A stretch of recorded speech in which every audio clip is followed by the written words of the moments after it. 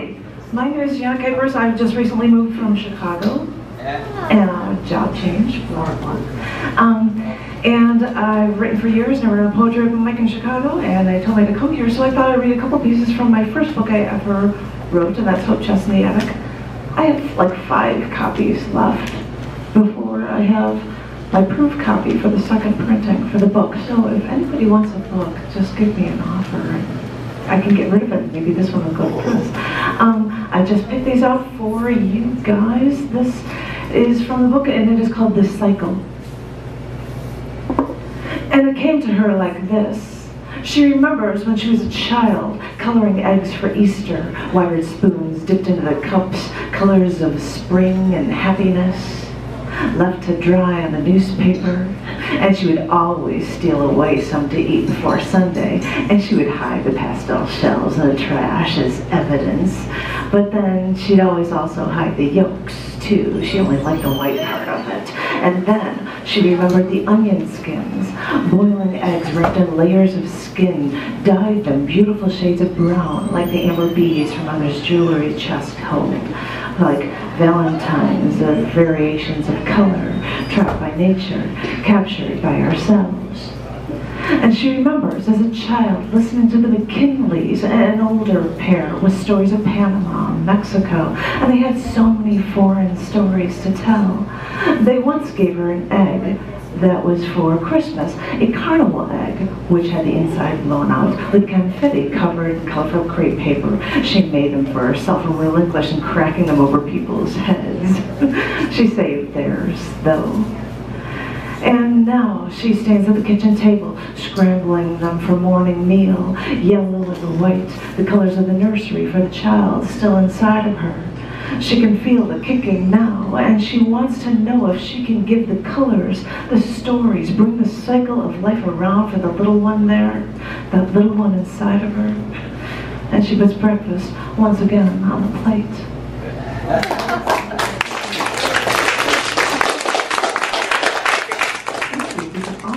Minute choices I'm doing this one. This one is called Wedding Lost. And she sees herself in the passenger seat at night, her fiancé beside her, and the lights seem all too bright, and the rain seems all too loud, like the thunder of soldiers running across a field toward war, swept up in the drunken feeling of patriotism, charging toward their unknown enemy. And so it happened that night. The lights got brighter, the car started to spin, and then she started to dream. And she sees herself at the end of the church. The bridesmaids have just walked down the aisle, and the music changes for her. She feels swept up with euphoria of love, and she begins to walk, but she falls, the bouquet falling from her hands. And in slow motion, white roses and lilies scatter along the aisle. And she looks up, and the groom is gone, and the ground is the ashes of the house that they bought together after they were married. She sits up, and she is at the desk at the bank, trying to get the loan for the house. His job is secure. We're young. Nothing could go wrong. Good thing he wore the blue tie to the bank, and not the red one. And she sees herself waking up from sleep, the oxygen pipe still under her nose, her husband there, tie in hand, asking if she'd like to hold their baby. But she could have sworn she heard the baby stop crying. And she panics. And then she wakes up. Her head is bobbing. And now she is back at the hospital, looking at the tubes running out of her fiancé's arm.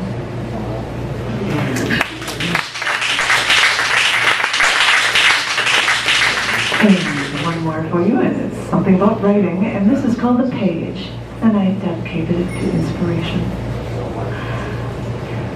And you would still appear in the paper I held in my hand, rippling waves of the pages before me, a dorsal fin of a shark circling my head, watching its prey. I could touch the page and still feel the rose I threw over the mahogany box in the November cold, the grass still covered with ice, crackling every time I took a step toward you.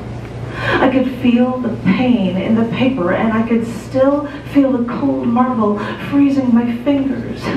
And the etched message on the stone could still hold me the way you did. All I could do was look at your writing and feel the blood rush, feel your breath on my neck like a fist coming out of that page and hitting me in the face. I could feel it.